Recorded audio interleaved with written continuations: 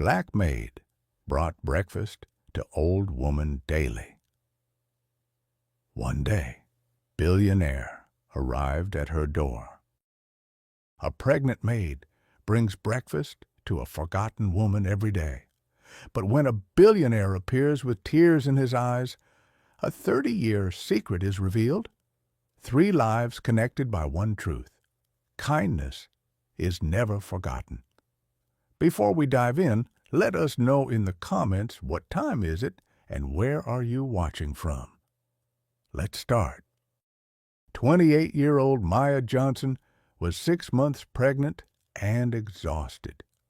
Every morning at 6:30 a.m., despite her swollen feet and aching back, she'd put on her black maid's uniform with its crisp white collar and white apron that stretched across her growing belly. She'd tie her natural curly hair back neatly, rest her hand on her stomach, and whisper to her unborn baby, "One more act of kindness, little one." Then she'd walk to Riverside Park, near the wealthy neighborhood where she worked. There, on the same worn wooden bench directly beneath the American flag waving in the morning breeze, sat an elderly woman in her late 70s.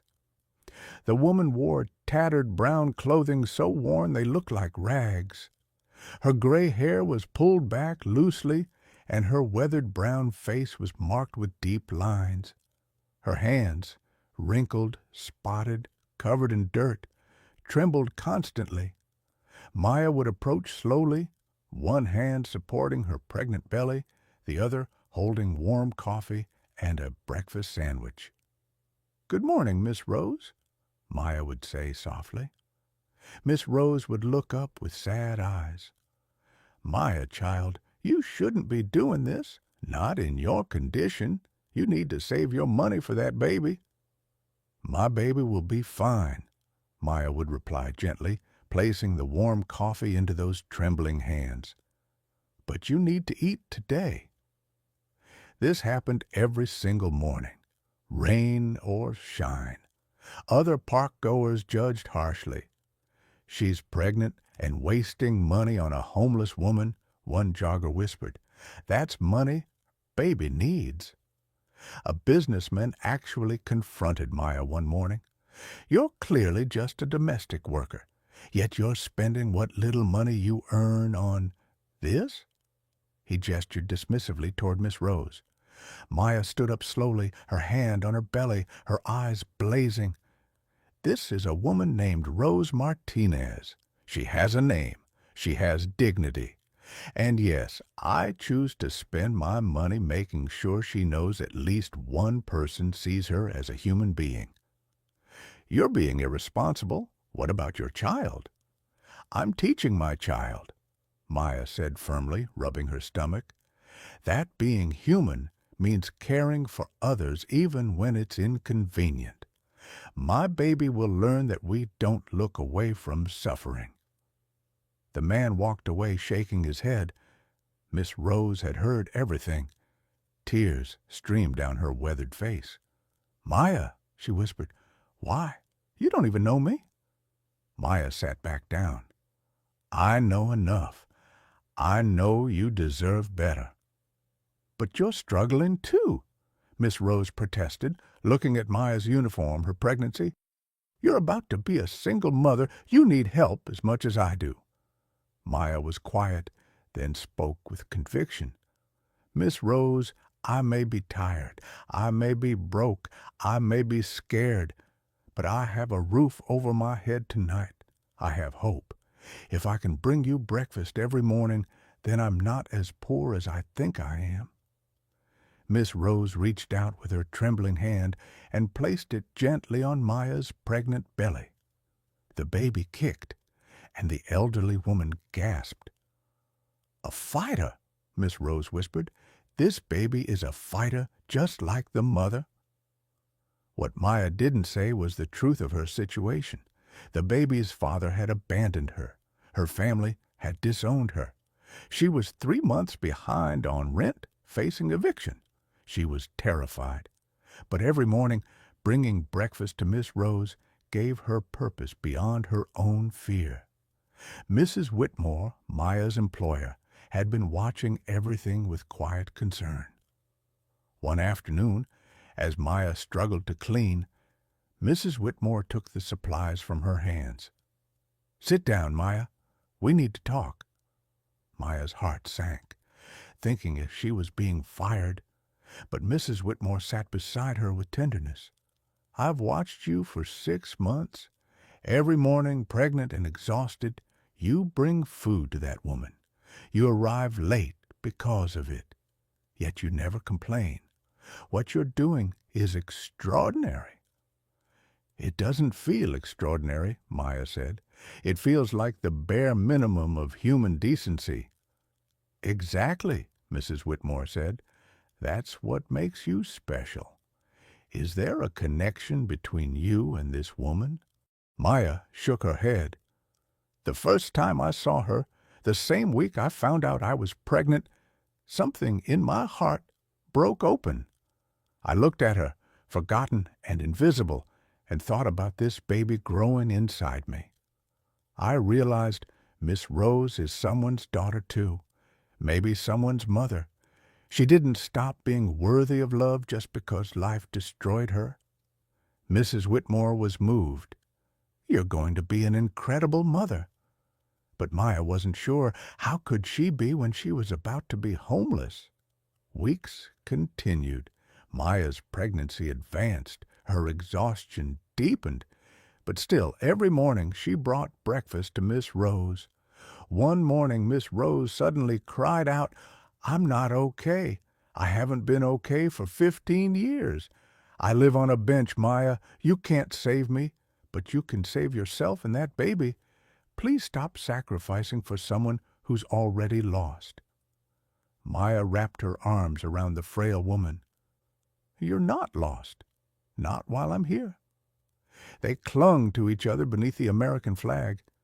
Neither knew that 3 blocks away, a man in a blue suit stood at a window with binoculars, watching them with tears streaming down his face. He had been watching for 2 weeks, and tomorrow he would finally approach. The next morning, Maya arrived at the bench beneath the American flag, and her heart nearly stopped.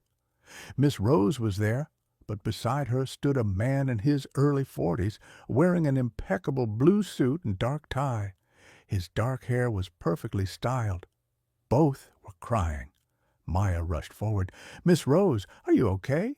"Sir, who are you?" The man turned, his eyes red and swollen.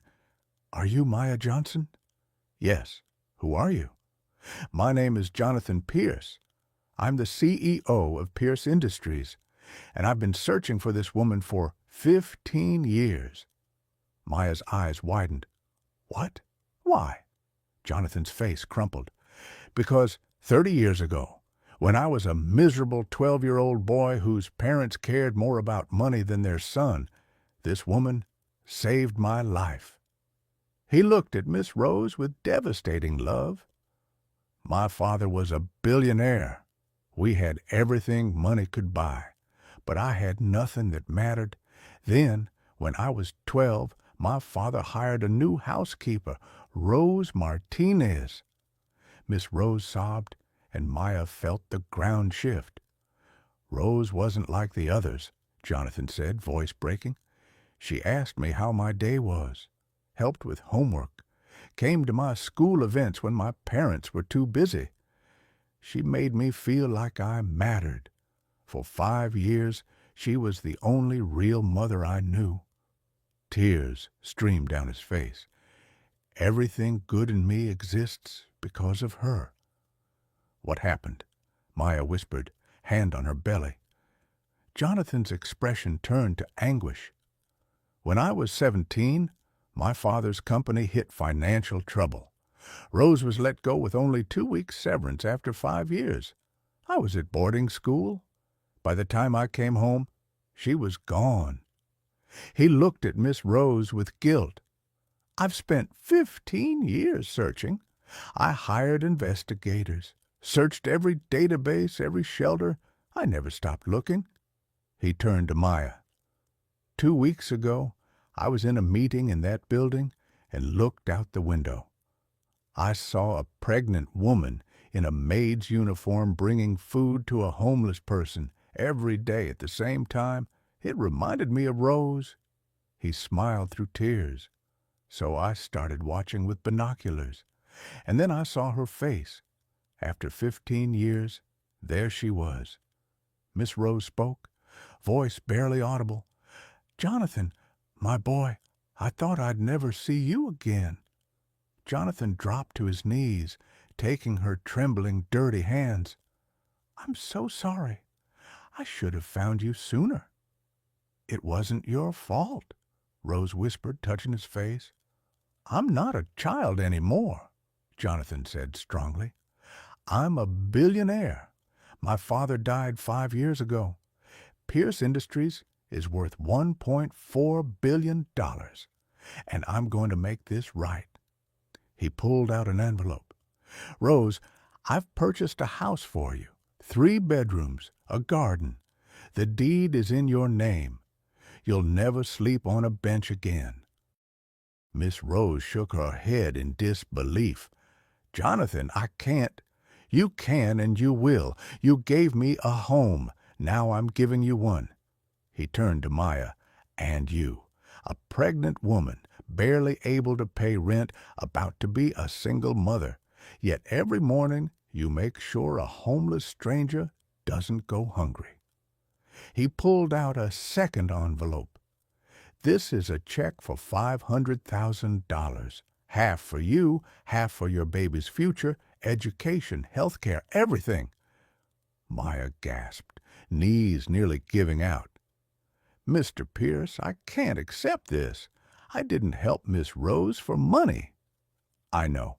That's exactly why you deserve it. I'm also establishing the Rose Martinez Foundation for Homeless Individuals. I want you to be director.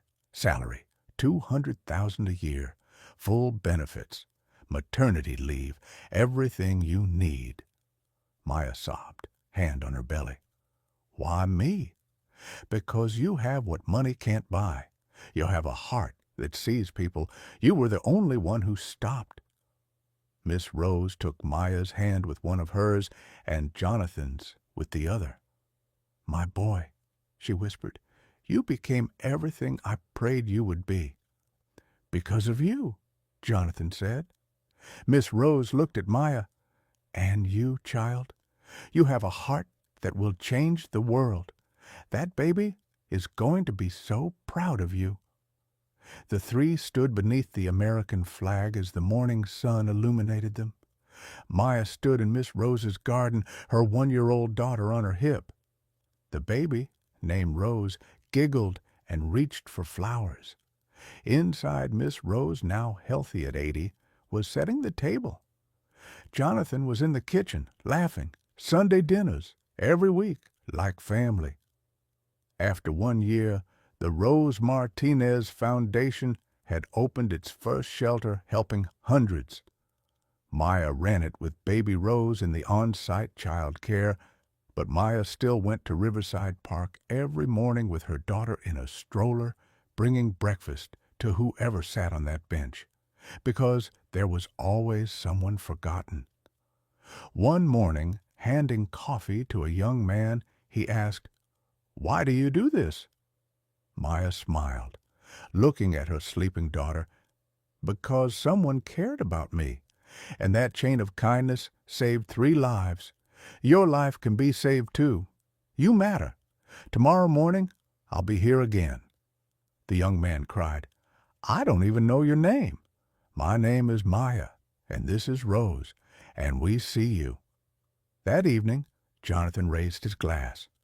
To Rose, who taught a broken boy what love looks like. To Maya, who showed a forgotten woman what dignity feels like. To the truth that no act of kindness is ever wasted. "To kindness," Miss Rose said. "To kindness," Maya echoed, kissing her daughter's head. Baby Rose clapped her tiny hands and laughed. Outside, the American flag waved in the breeze, a symbol of hope restored. Maya changed the world with coffee and compassion. Her small act saved 3 lives. Have you helped a stranger? Share below. Hit like and subscribe for inspiring stories that prove kindness matters. Your act of love might be someone's miracle.